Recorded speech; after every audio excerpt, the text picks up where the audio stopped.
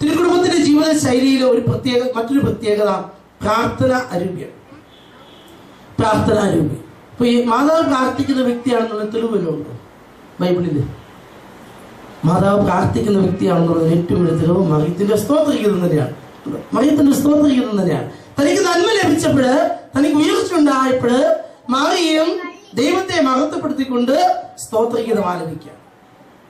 മറിയം പ്രാർത്ഥനയുടെ സ്ത്രീയായിരുന്നു, പ്രാർത്ഥനയുടെ മനുഷ്യൻ. യെസ്സേപ്പിതാവ് പ്രാർത്ഥനക്കാരനായിരുന്നു.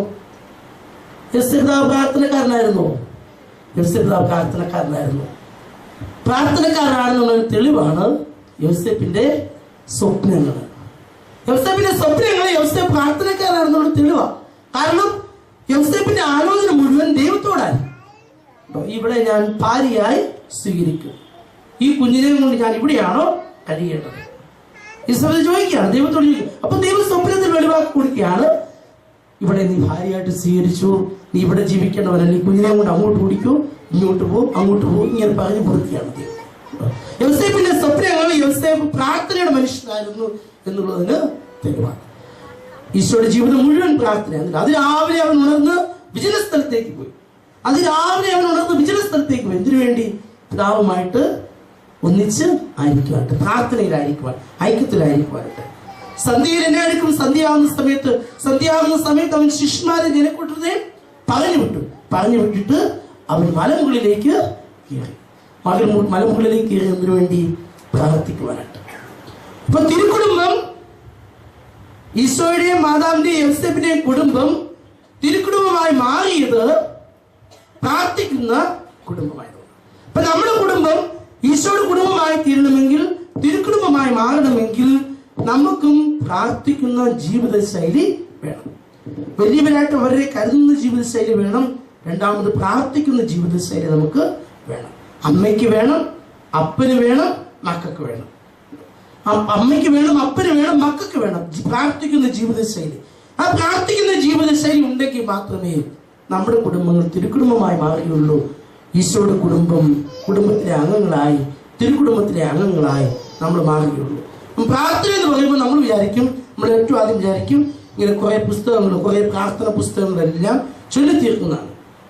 അത് ശരിക്കും പ്രാർത്ഥന തന്നെയാണ്. പക്ഷെ അതല്ല പ്രാർത്ഥന, അപ്പുറത്ത് എടുക്കേണ്ടതാണ് പ്രാർത്ഥന. ദൈവവും നമ്മളും തമ്മിലുള്ള ബന്ധമാണ്.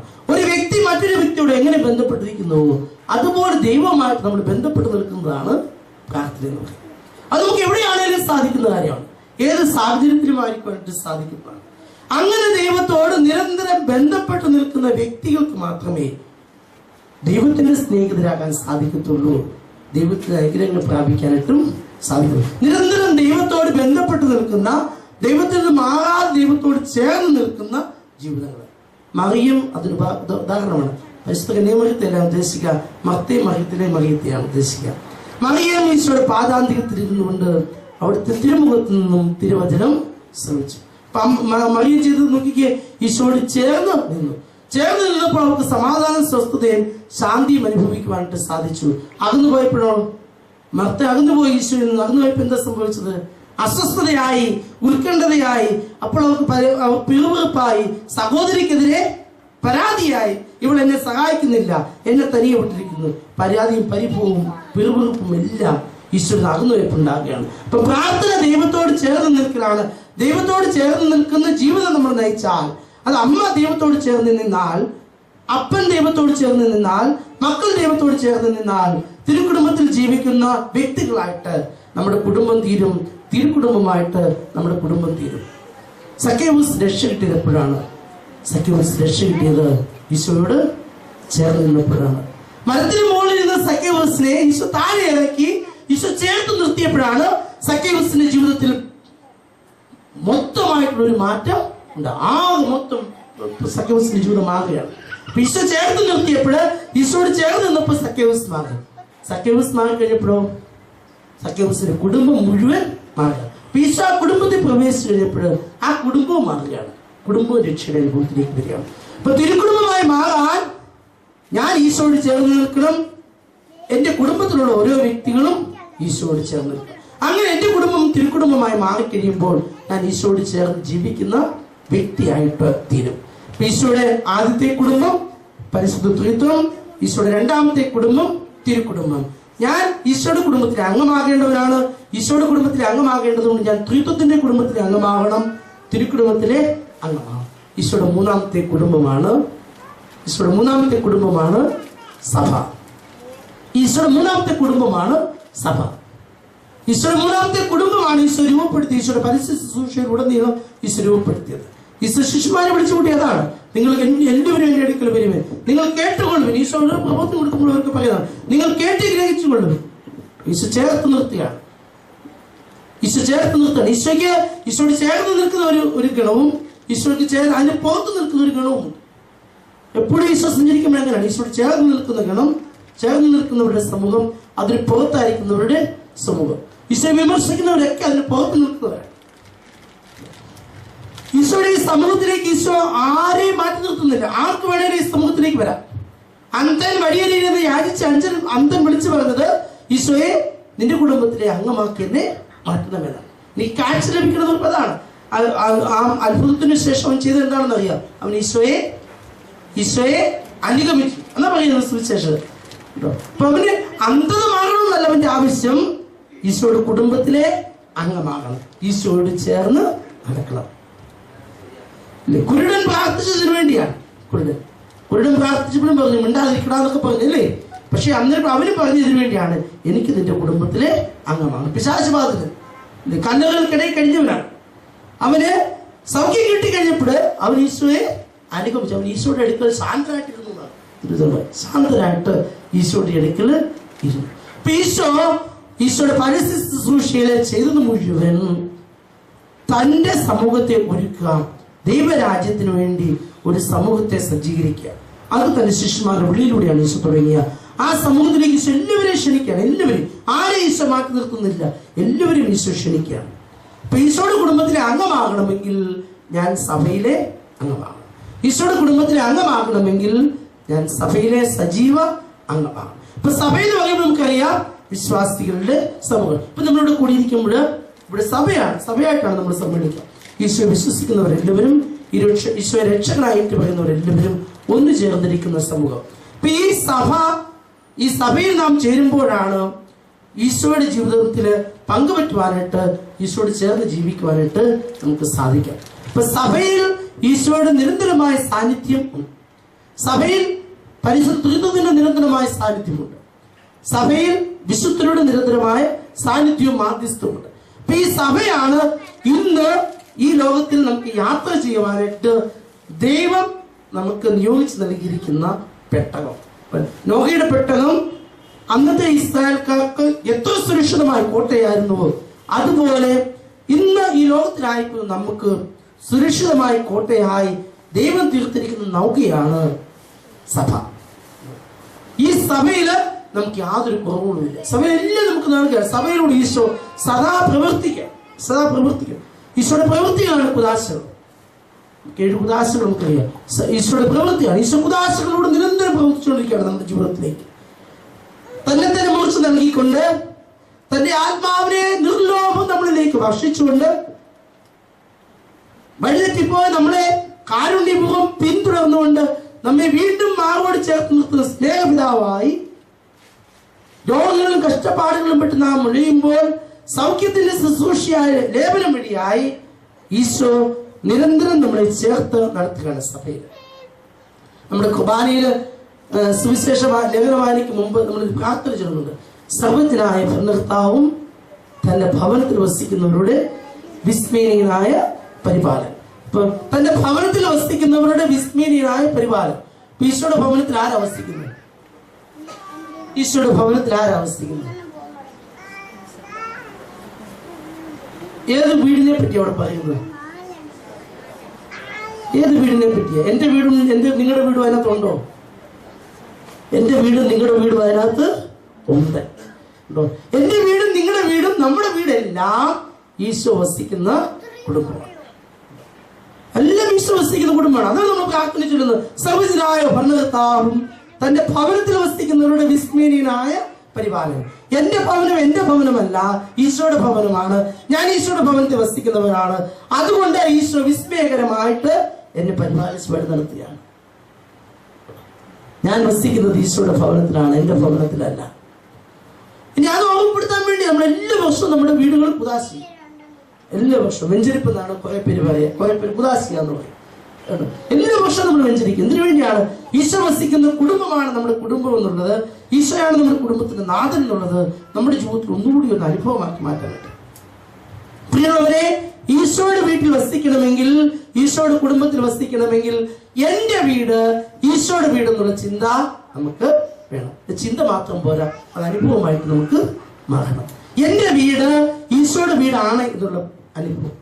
എന്റെ വീട് ഈശോയുടെ വീടാണെന്ന് പറഞ്ഞാൽ എന്റെ വീട്ടിൽ ഈശോ വസിക്കുന്നു, എന്റെ വീട്ടിൽ ഈശോ വസിക്കുന്നു. ഇനി ഈശോ മാത്രമല്ല, അമ്മയുണ്ട് അവിടെ, യോസേപ്പിതാവുണ്ട്, വിശുദ്ധരുണ്ട്, എല്ലാവരും അവിടെ ഉണ്ട്. സ്വർഗവാസികൾ എല്ലാവരും വസിക്കുന്ന ദൈവത്തിന്റെ ഈ ഭൂമിയിലെ വാസസ്ഥലമാണ് എന്റെ വീട്. എന്റെ വീട്ടില് ഈശോ ഉണ്ട്, അമ്മയുണ്ട്. ഈ ബോധ്യം നമുക്കുണ്ടെങ്കിൽ, ഈ ബോധ്യത്തോട്, ഈ അനുഭവത്തോട് നമുക്ക് ജീവിക്കാൻ സാധിക്കുന്നുണ്ടെങ്കിൽ തീർച്ചയായും നമ്മുടെ കുടുംബത്തിൽ ഒരു തിന്മയുടെ ശക്തിയും അലട്ടുകയും. അപ്പൊ അങ്ങനെ ബോധ്യമുണ്ടെങ്കിൽ നമ്മൾ കൂടെ കൂടെ ഈ ഈശോയിലേക്ക് വരും. നമ്മുടെ വാക്കുകളും പ്രവൃത്തികളും എല്ലാം അതിനനുസരിച്ചായിരിക്കും. ഇപ്പൊ ഇവിടെ നിന്നുകൊണ്ട് ആരെങ്കിലും ചിത്തം തെളി പറയുമോ? പറയത്തില്ല. ഇവിടെ നിന്നുകൊണ്ട് ആരെങ്കിലും വഴക്കുണ്ടാക്കുമോ? ഇല്ല, നമ്മൾ ആരും വഴക്കുണ്ടാക്കും. നമ്മൾ പറയുന്ന ഈശോയുടെ ആലയമാണ്, ഈശോ വസിക്കുന്ന സ്ഥലമാണ്, ദേവാലയമാണ്, സക്കാരി ഈശോ എഴുന്നള്ളിയിരിക്കുന്നു. അതുപോലെ തന്നെ എന്റെ വീടും ഈശോ വസിക്കുന്ന സ്ഥലമാണ്. അപ്പോൾ എന്റെ വാക്കുകൾ അതിനനുസരിച്ചാകും, എന്റെ പ്രവൃത്തികൾ അതിനനുസരിച്ചാകും, എന്റെ ചിന്തകൾ അതിനനുസരിച്ചാകും. ഈശോയുടെ വീട്ടിൽ വസിക്കേണ്ടവനാണ് ഞാൻ, ഈശോയോട് ചേർന്ന് ജീവിക്കേണ്ടവനാണ് ഞാൻ. എന്റെ വീട് എന്റെ വീടല്ല, എന്റെ വീട് ഈശോയുടെ വീടാണ്, ഈശോ വസിക്കുന്ന വീടാണ്. എന്റെ വീട്ടിൽ ഈശോ ഉണ്ടെന്നുള്ള ബോധ്യത്തോടെ ആയിരിക്കാൻ എനിക്ക് സാധിക്കും. ഇനി എന്റെ വീട്ടിൽ ഈശോ ഉണ്ടെന്ന ബോധ്യമുണ്ടെങ്കിൽ എനിക്ക് എന്തെങ്കിലും ബുദ്ധിമുട്ടുണ്ടായാൽ ഞാൻ ഓടി എന്റെ ഈശോയുടെ അടുക്കൽ ചെല്ലും. നമ്മളിപ്പോ അങ്ങനെ ആരും പോകത്തില്ല. ചില വീടുകളിൽ പ്രാർത്ഥിക്കാൻ ചിലപ്പോൾ രൂപ എവിടെ ഇരിക്കുന്നു നോക്കി, അത് രൂപ നോക്കി കാണത്തില്ല. രൂപ കാണാത്ത സ്ഥലത്തൊക്കെ രൂപ ഇരിക്കുന്നു, കാണുന്ന സ്ഥലത്ത് ഒന്നാമത് ടിവിയും മറ്റു സാധനങ്ങളും ഒക്കെ എടുത്ത് വെച്ചിരിക്കുന്നു, ഷോക്കേസും ഒക്കെ എടുത്ത് വെച്ചിരിക്കുന്നു കാണുന്ന സ്ഥലത്ത്. അപ്പൊ എന്റെ വീട് എന്റെ വീടല്ല, എന്റെ വീട് ഈശോയുടെ വീടാണ്. ഞാൻ വസിക്കുന്നത് ഈശോയുടെ വീട്ടിലാണ്, ഈശോയുടെ കൂടിയാണ് ഞാൻ ജീവിക്കുന്നത് എന്നുള്ള ബോധ്യം നമുക്കുണ്ടെങ്കിൽ, ആ അനുഭവമായിട്ട് നമുക്ക് തീരുന്നെങ്കിൽ നമ്മുടെ ജീവിതത്തിൽ എന്ത് ബുദ്ധിമുട്ട് വന്നാലും നമ്മൾ ഓടി ഈശോയുടെ അടുക്കൽ ചെല്ലും, ഈശോയോട് പ്രാർത്ഥിക്കും, എന്റെ ഈശോ ഇങ്ങനെയാണ് കാര്യങ്ങൾ, ഈശോ അനുഗ്രഹിക്കും. നമുക്ക് സന്ധ്യാപ്രാർത്ഥന പോലും ഭാരമായിട്ട് മാറുകയാണ്. കൂടുതലും വീടുകൾ ക്രിയ തീർക്കാൻ വേണ്ടി നമ്മൾ ഓടി നിൽക്കുകയാണ്.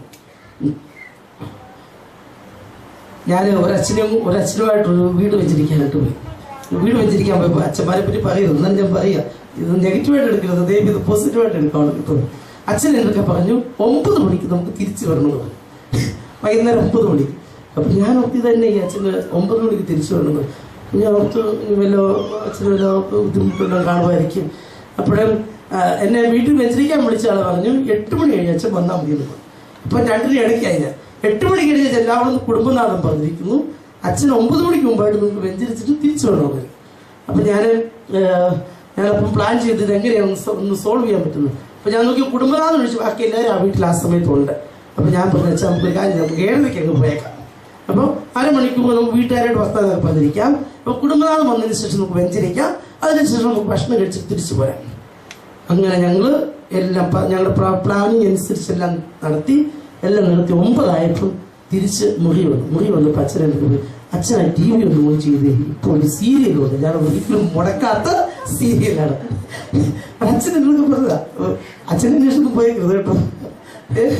അച്ഛൻ എന്നൊക്കെ പറഞ്ഞ അച്ഛൻ ഇനിയാ TV ഒന്ന് ഓൺ ചെയ്ത് 9 മണിക്ക് സീരിയൽ ഞാൻ മുടങ്ങാതെ എൻ്റെ പാരസ്പര്യം അതാണ് തോന്നില്ലേ, അതാണ് അല്ല ഞാൻ ഓൺ ചെയ്ത് കൊടുത്തിട്ട് ഞാൻ എൻ്റെ ഓഫീസിൽ വന്നിരുന്നു ഒത്തിരി ചിരിച്ചു. ഈ കാര്യം ഓർത്തുകൊണ്ട് ഒത്തിരി ചിരിച്ചു. നമ്മൾ നോക്കുന്നത് ഇതാ ഉണ്ടോ, നമ്മുടെ പ്രാർത്ഥന, ഈശോ വസിക്കുന്ന കുടുംബം, ഈശോയോട് ചേർന്ന് പ്രാർത്ഥിക്കുന്നവര്, അച്ഛനങ്ങനെയാണ് നമ്മളൊക്കെ എങ്ങനെയൊക്കെയല്ലേ. നമ്മളൊന്നും നോക്കണ്ട, ഒന്നും ചോദിക്കണ്ട, നമ്മൾ അങ്ങോട്ടും ഇങ്ങോട്ടും ഒന്നും. പണ്ട് ഞാൻ വീട്ടിലായിരുന്നു, ഞങ്ങളുടെ കൂട്ടുകുടുംബമായിരുന്നു. 1.25 മണിക്കൂർ പ്രാർത്ഥന. കൊച്ചു പിള്ളേർ ഞങ്ങളൊന്ന് ബുദ്ധിമുട്ടിയിട്ടുണ്ട്, 1.25 മണിക്കൂർ ഇരിക്കാന്ന് പറഞ്ഞു ബുദ്ധിമുട്ട് പിടിച്ചത്. അപ്പൊ ഞങ്ങള് എങ്ങനെയെങ്കിലും ഈ കുരിശുവിനെ താമസിപ്പിച്ചു കഴിഞ്ഞാല് കുറെ പ്രാർത്ഥനകളൊക്കെ ചെല്ലണ്ട. അപ്പൊ ഒന്ന് ഷോർട്ടൻ ചെയ്യും പ്രാർത്ഥനകളെല്ലാം. കുറച്ച് കുഞ്ഞുങ്ങളായിരിക്കും ഭയങ്കര ബുദ്ധിമുട്ടായിരിക്കും. 1.25 മണിക്കൂർ അത് മുട്ടുകുത്തുന്ന സമയമുണ്ട്, കൈവരിച്ച് പിടിച്ചിരിക്കുന്ന സമയമുണ്ട്. ഇതെല്ലാം നമ്മൾ ചെയ്തേ പറ്റത്തുള്ളൂ. കാരണം വല്യപ്പനും വല്യമ്മയും പുറകിരിപ്പുണ്ട്, അവരാണ് എല്ലാം കൺട്രോൾ ചെയ്യുന്നത്. ഇപ്പം വല്യപ്പനും വല്യമ്മയും വലിയ കൺട്രോളൊന്നും വീടുകളിൽ ഇല്ല. അതിൻ്റെതായിട്ടുള്ള ബുദ്ധിമുട്ടുകൾ നമ്മുടെ കുടുംബത്തിൽ ഉണ്ടതാണ്. പല കാര്യങ്ങളും പറഞ്ഞു കൊടുക്കാൻ വല്യപ്പനും വല്യമ്മയും ഇല്ലാത്തതിൽ നമ്മൾ അതൊന്നും നമ്മുടെ വിഷയമല്ല. നമ്മുടെ വിഷയം അതൊക്കെ പോട്ടെ. നമ്മുടെ ഇഷ്ടമാണ് ഈശോയോട് കൂടി ജീവിക്കുക, ഈശോയുടെ കുടുംബത്തിൽ ജീവിക്കേണ്ടവനാണ് ഞാൻ. എൻ്റെ വീട് ഈശോയുടെ വീടാണെന്നുള്ള ബോധ്യം അതൊരു അനുഭവമായിട്ട് എനിക്കുണ്ടാവണം. നമുക്കറിയാം, നമ്മുടെ വീട്ടിൽ അപ്പനും അമ്മയും ഉണ്ടെങ്കിൽ, പ്രത്യേകിച്ച് നിങ്ങൾ പ്രായമായവരുടെ കാര്യത്തിൽ ചിലപ്പോൾ ഒരു പക്ഷേ സംഭവിച്ചെന്ന് വരത്തില്ല. കുഞ്ഞുങ്ങൾ അവരുടെ ജീവിതത്തിൽ എന്തെങ്കിലും ബുദ്ധിമുട്ട് വന്ന് അവരെന്നെ എടുക്കും, ഓടിപ്പോയി അമ്മയുടെ അടുക്കൽ. ഞാൻ ഇന്നലെ എനിക്കൊരു ഒത്തിരി ഫ്രണ്ട്സ് ഉണ്ട് നെടുംകുന്നത്ത്. ഇപ്പോൾ ഓണം വരുന്നത് കൊണ്ട് ഒരു ഹൈന്ദവ കുടുംബത്തിൽ ഞാനോട് ഒത്തിരി അടുപ്പമുള്ള ഒരു വീടാണ്. ഞാൻ അവിടെ ചെന്നപ്പോൾ പാർവതി എന്നാണ് കൊച്ചിൻ്റെ പേര്. കൊച്ചു കൊച്ചാണ്, 3 വയസ്സേ ഉള്ളൂ. അപ്പോൾ ആ കൊച്ചു മാത്രമേ ഉള്ളൂ അവിടെ, ഒരു കൊച്ചേ ഉള്ളൂ ആ വീട്ടിൽ. ഞാൻ അവിടെ ചെന്നപ്പോൾ ഇവിടെ പുറത്ത് കളിച്ചുകൊണ്ടിരിക്കും. അവൾക്ക് എന്നോട് വലിയ ഇഷ്ടമാണ്, ഫോൺ വിളിച്ച് ഒത്തിരി സംസാരിക്കും ഫോണിൽ കൂടി. പക്ഷേ എന്നെ കണ്ടു കഴിഞ്ഞപ്പോൾ അവൾ ഓടിപ്പോയി അവളുടെ അമ്മയുടെ അടുക്കൽ അമ്മയുടെ തോളത്ത് നിന്ന് കയറി. അമ്മയുടെ തോളത്ത് അവിടെ ഇരുന്നുകൊണ്ട് അവൾ എന്നെ നോക്കിയത് ആദ്യം. അത് കഴിഞ്ഞ് എൻ്റെ അടുക്കൽ വന്ന് നോക്കി. നമ്മൾ എന്തെങ്കിലും ബുദ്ധിമുട്ട് വന്നാൽ വീട്ടിൽ നമ്മൾ കാണുന്നതാണ് കുഞ്ഞുങ്ങൾ ഓടി അപ്പൻ്റെ അമ്മയുടെ അടുക്കലേക്ക് ചെല്ലും. ഞാൻ വളർന്നു വരുമ്പോൾ എൻ്റെ ജീവിതത്തിൽ എന്തെങ്കിലും ബുദ്ധിമുട്ടുണ്ടായാൽ, എൻ്റെ ജീവിതത്തിൽ ഏതെങ്കിലും പ്രയാസങ്ങളുണ്ടായാൽ, ഉത്തരം കിട്ടാത്ത ഏതെങ്കിലും സന്ദർഭങ്ങളിൽ ഞാൻ ചെന്ന് പെട്ടുപോയാൽ എനിക്കും എൻ്റെ അപ്പൻ്റെയും അമ്മയുടെ അടുക്കിലേക്ക് ഓടിയെടുക്കുവാനായിട്ട് സാധിക്കണം. എൻ്റെ അപ്പനും അമ്മയും എൻ്റെ വീട്ടിലുണ്ട്. എൻ്റെ വീട്ടിലുള്ള എൻ്റെ അപ്പനും അമ്മയുമാണ് എൻ്റെ ഈശോയും എൻ്റെ അമ്മയും. ഇത് അനുഭവമായിട്ട് മാറിയാൽ നമുക്ക് ഒരിക്കലും നിരാശപ്പെടേണ്ടതായിട്ട് വരികയില്ല. ഈശോയും മാതാവും എൻ്റെ വീട്ടിലുണ്ട്. എനിക്ക് ആശ്രയിക്കുവാനായിട്ട്, എനിക്ക് ആശ്വാസമായിട്ട്, എനിക്ക് എന്ത് ബുദ്ധിമുട്ട് വന്നാലും എന്നെ മനസ്സിലാക്കുവാനായിട്ട്, എന്നോട് ചേർന്ന് നിൽക്കുവാനായിട്ട് എൻ്റെ ഈശോയും എൻ്റെ അമ്മയും എന്നോട് കൂടി ഈ വീട്ടിൽ വസിക്കുന്ന ബോധ്യം എനിക്കുണ്ടെങ്കിൽ ഈശോയോട് ചേർന്ന് ജീവിക്കുവാനായിട്ട് എനിക്ക് സാധിക്കും.